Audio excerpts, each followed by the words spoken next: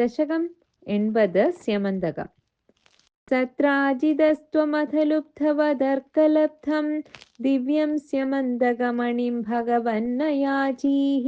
तत्कारणं बहुविधं मम पादि नूनं तस्यात्मजां त्वयि रदां छलदो विवोढुम्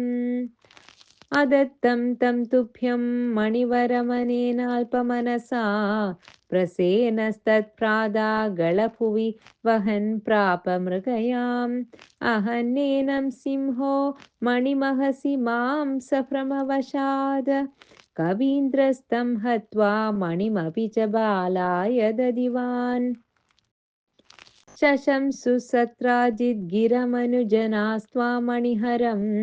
जनानां पीयूषं भवति गुणिनां दोषकणिका ततः सर्वज्ञोऽपि स्वजनसहितो मार्गणपरः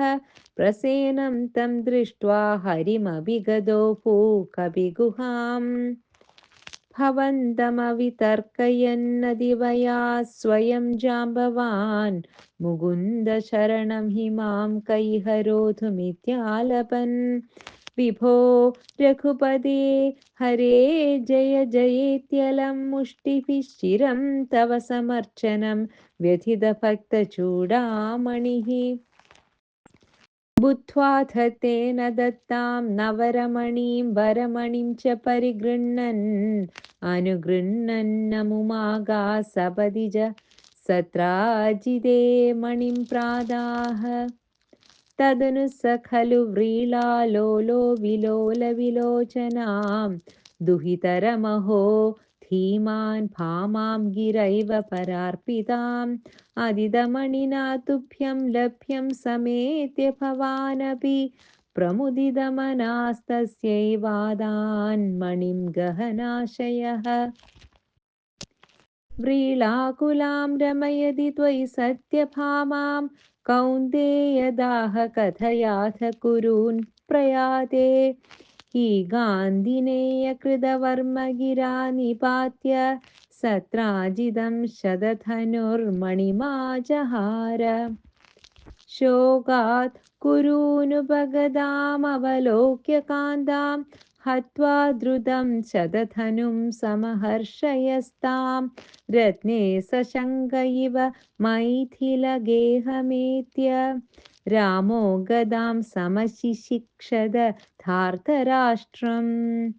अक्रूर एष भगवन् भवदिच्छयैव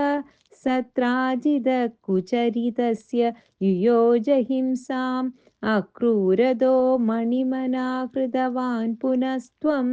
तस्यैव भूतिमुपधातुमिति ब्रुवन्ति भक्तस्त्वयि स्थिरतरस हि गान्धिनेयस्तस्यैव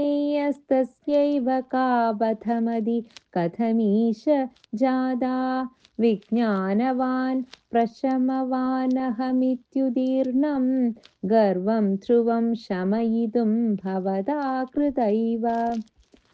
यातं भयेन कृतवर्मयुधं पुनस्तमाहूय तद्विनिहितं च मणिं प्रकाश्य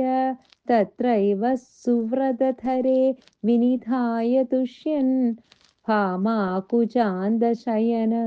पवनेशपायाः सर्वत्र गोविन्दनामसङ्कीर्तनं गोविन्द गोविन्द